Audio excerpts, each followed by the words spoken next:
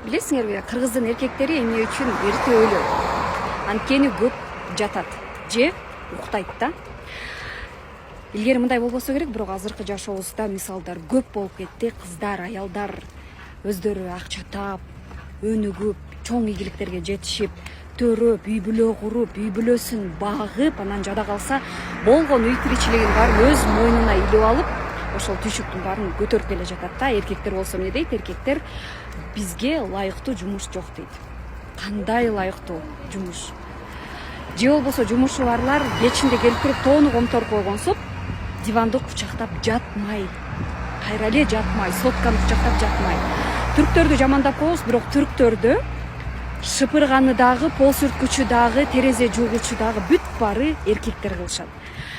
Жада калса 60-70ке чыккан абушкалар официант болуп иштешет, жаш баладай болуп чымырайып оокат кылып үй бүлөсүн багып жүрүшөт. Бизде болсо эмне кылышат? Жашынан карысына чейин жатканды жакшы көрөбүз. Диванды кучактап алып, телевизорду коюп алып, жатканды эле жакшы көрөбүз. Билбейм, биздин ата бабаларыбыз дагы мындай болгон эмес болуш керек. Себеби ушундай болсо бизге момчалык наследие калбайт болчу. Анан папам дагы көп айтып калат, үй салганда дейт, мисалы кыргыздарды иштеткичекти, өзбектерди иштеткенин жакшы дейт. Себеби алар иштейт дейт.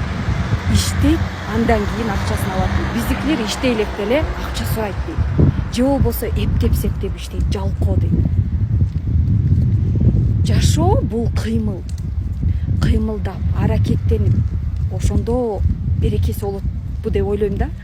Азыр мага көп хейт жазышыңар мүмкүн, бирок жазсаңар жазгыла, бирок